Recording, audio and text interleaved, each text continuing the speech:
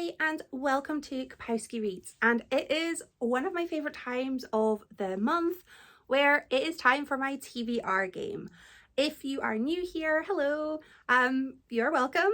I do a monthly TBR game where I just have a board, roll a dice, move a little cat and pick a book accordingly. I will link in the description the video where I played this board for the first time. There's also a playlist on my channel if that's something that intrigues you. Normally I would do a little update of how successful I was with last month's TBR. But if you watched my October video, you will see that my TBR was unruly. I think I ended up with maybe 26, 27 books. I didn't finish them all. I don't think anybody thought I would. I didn't even finish all of the books from the game, let alone the extra books I added onto my list. So October, huge fail, kind of, because I ended up reading some really good books and finding some new favourites. So I think an overall success. I have a couple of buddy reads in November, so I'm hoping to get those books on. I also am hoping to participate in Neverending NetGalley, which basically is reading the NetGalley ebooks that I have gathering dust on my electronic shelf. Let's see how many of those books I can get onto my TBR.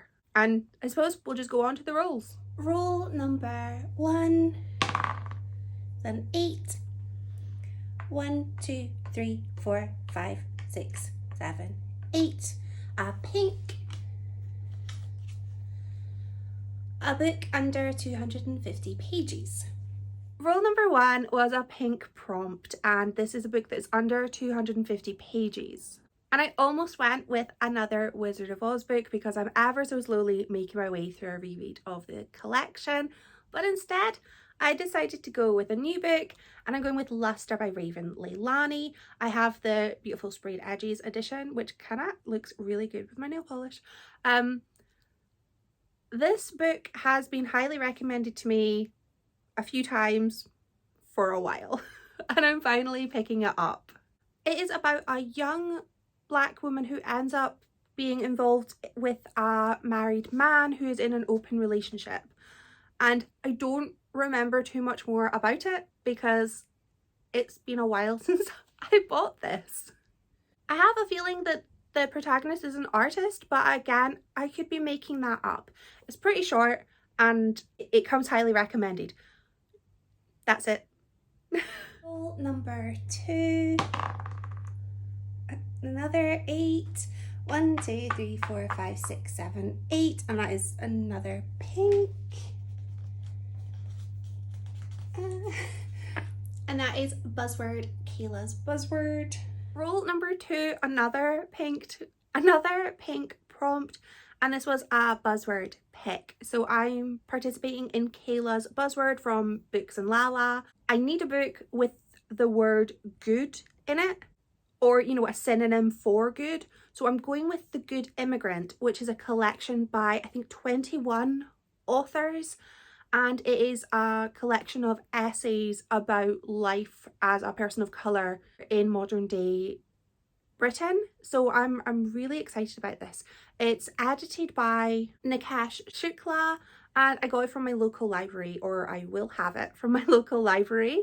And it's a while since I've read a collection of essays, so I'm really looking forward to some non-fiction. It's something that I have been trying to read a little bit more of. Roll number 3 is not 8. 1, 2, 3, 4, 5, 6, 7, 8, 9, 10, 11, 12, 13, 14.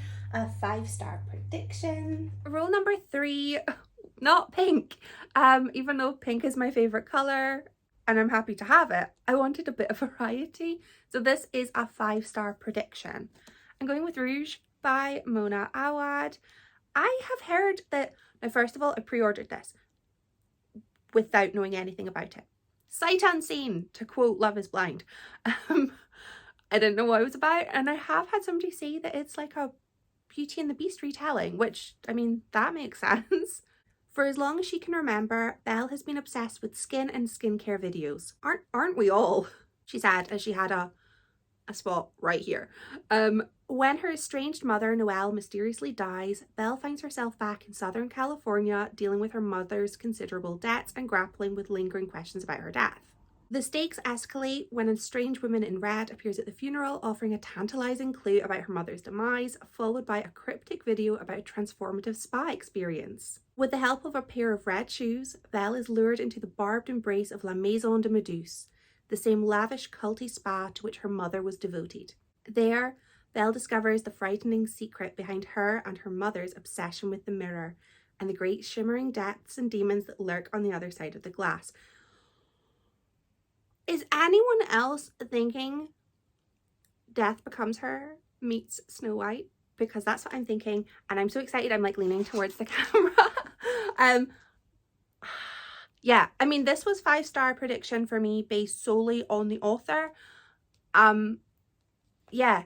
I have some authors that I know just write things that I like, and Mona Awad writes books that I can only really describe as strange. Just, I like books that are unusual, unpredictable, and just a bit, what on earth have I just read? And this sounds like it's going to be that, but also a little bit fun. I'm really excited about this. So excited. Rule number 4 is a 4 gone off. 1, 2, 3, 4. That is blue. Ooh. And name in the title. Rule number 4 is a blue prompt. Again, we're getting some variety finally. And this is a book with a name in the title. I am going with Deanie by Judy Blume. I did have to Google that Deanie was a name because I've never heard it as a name, but I know that that is the name of the main character. So we're going with that. Just because I don't recognize the name doesn't mean it's not a name. Plenty of people who don't recognize my name as a name, but it is. So this is a very short book. It is, I think, a middle grade. I wasn't allowed to read this as a child because I know it features eating disorders in a bit of detail. And I was in treatment for disordered eating from the age of 12 to 30. So I wasn't allowed to read this. So I'm reading it now as a 37-year-old. This is about Deanie, who is beautiful. She's just so beautiful, and she's kind of known for being, you know, pretty. And something happens to her that results in her having to be in a sort of brace from her neck to her hips. And she just feels so like she's lost herself and she's not that beautiful person that she was known as. And it's kind of about her trying to come to terms with that and find out more about who she is. I loved Judy Blume when I was a kid, and I reread Summer Sisters recently and I still loved it. So Judy Blume is just an author I associate with enjoyable childhood reading. I am reading this as part of a Gilmore Girls inspired week of reading. I'm ridiculously excited about it. I was supposed to do it in October, but life got in the way. So I'm doing it in November. It's still autumn, so it still totally counts. It's just a little bit later than I would have hoped. But that'll be up in a couple of weeks. And my boyfriend was absolutely delighted when I told him that, you know, I'm really sorry, but we're doing this week, so all of the food is going to be Gilmore Girls themed. He's never watched Gilmore Girls. He's a 40-year-old man. He's not seen it. So when I was explaining what the Gilmore Girls usually ate, delighted, so happy. So I think it's gonna be fun. I've got a stack of books that I plan to read for that vlog, and we'll see. But I'm not here to talk about that. No, TBR. Rule number 5, potentially the final rule. 3, maybe 1, 2, 3. That's green. A new release that came out this year, and maybe a final rule, maybe not, maybe right to the end. 18, right to the end. Rule number 5 is a green prompt, and that is a 2023 release. A Curse for True Love by Stephanie Garber. This is super new. This is one of the most new books, newest books that I own. It only came out this week. I'm filming this on the 28th, and I think it came out this week. I received it this week. I'm so excited about this. This is the final book in the Once Upon a Broken Heart series. I am reading this as a buddy read, and oh, cannot wait. I've read the entire series as a buddy read, and we read Caraval as well. So this is the 6th book that I will have read with this group of friends, and I'm so excited. It was a beautiful way to enjoy the series, and I think this is going to be a really fun way to end it. I just basically want to know, who is Evangeline going to end up with? Is she going to end up with Jax? I hope so. I want her to end up with Jax. Is she going to end up alone? I'd be okay with her ending up alone. Is she going to end up with Apollo? I will not be happy if she ends up with Apollo. If you've not read this series, this will mean nothing to you, and I'm just a passionate woman. I'm so excited about this. I also have the Waterstones special edition, and oh, I'm so excited about this. I'm not going to go into too much detail about what this book is about because it is the finale of a series, but it is a young adult fantasy series set in a beautiful world, and there are chaotic fates, there are prophecies, and there are vampires. I feel I've sold the series to you already. It sounds wonderful, and it's, yeah, love it. I'm so excited about this. I have a couple of other books that I haven't managed to get on my list, but I need to read them. So I've got my Agatha Christie pick, which is a book surrounding greed. I have Endless Night. This is about a young, penniless man who just sort of dreams of greater things. And he falls in love with this grand home. He's never going to be able to afford that grand home, but, you know, he dares to dream. He ends up meeting this very wealthy heiress, and they fall in love. And they end up getting the home that he's dreamed of for all of these years. While they are there, there is a woman who tells them about a curse that befalls anybody who lives there, but they ignore her to their detriment, because this is an Agatha Christie murder mystery. There's gonna be a murder mystery in it. I've read this before, but not for a really long time, so I do remember what happens, but I'm really excited to reread the book because it's been a few years.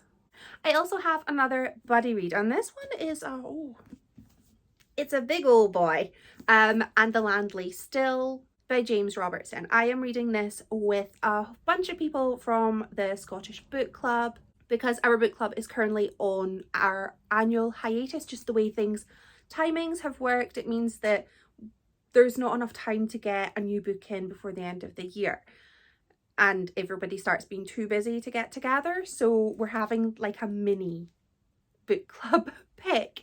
This is Scottish fiction, and it is a tale of modern Scotland seen through the eyes of people born in Scotland, people who have come to Scotland, and just people from different walks of life.